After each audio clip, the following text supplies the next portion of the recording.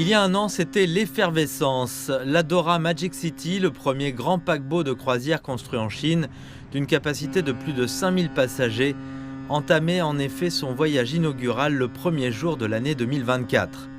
Le navire a Shanghai pour port d'attache et son itinéraire actuel passe par la Corée du Sud et le Japon et dure généralement de 4 à 7 jours. Au cours de l'année écoulée, le paquebot a effectué 84 voyages et a servi plus de 300 000 passagers chinois et étrangers.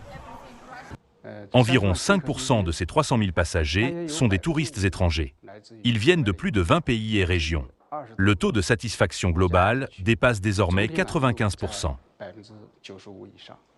Ce taux de satisfaction, selon le professeur Ye-Sin Liang, un expert de l'économie des croisières, est une réussite remarquable compte tenu du fait qu'Adora Cruises est nouveau sur le marché. Ces chiffres montrent que l'ensemble du marché chinois reconnaît la marque Adora Cruiser ainsi que son service et sa qualité. Le secret réside dans la compréhension des habitudes de consommation des touristes chinois, parfois très différentes de celles des touristes étrangers. Par exemple, la première chose que font les touristes chinois lorsqu'ils montent à bord est d'acheter un forfait de données cellulaires. Et l'entreprise a répondu à leur demande en faisant d'Adora Magic City un paquebot entièrement couvert par la 5G. Toutefois, selon le professeur Ye-Sin Liang, la chose la plus importante pour Adora Cruises est de trouver ses caractéristiques uniques afin de rivaliser avec d'autres marques de croisière internationales.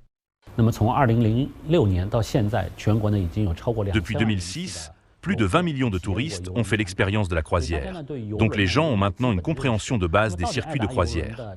Quelles sont donc les caractéristiques d'Adora Cruiser par rapport à d'autres marques? Quels sont les produits ou les expériences qui peuvent laisser une forte impression?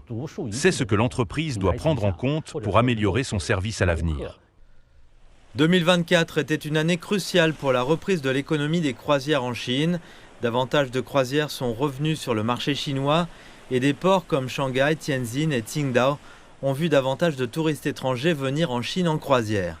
Le deuxième grand paquebot de croisière construit en Chine, l'Adora Flora City, dont la construction devrait s'achever en 2026, effectuera des voyages internationaux à partir de Guangzhou.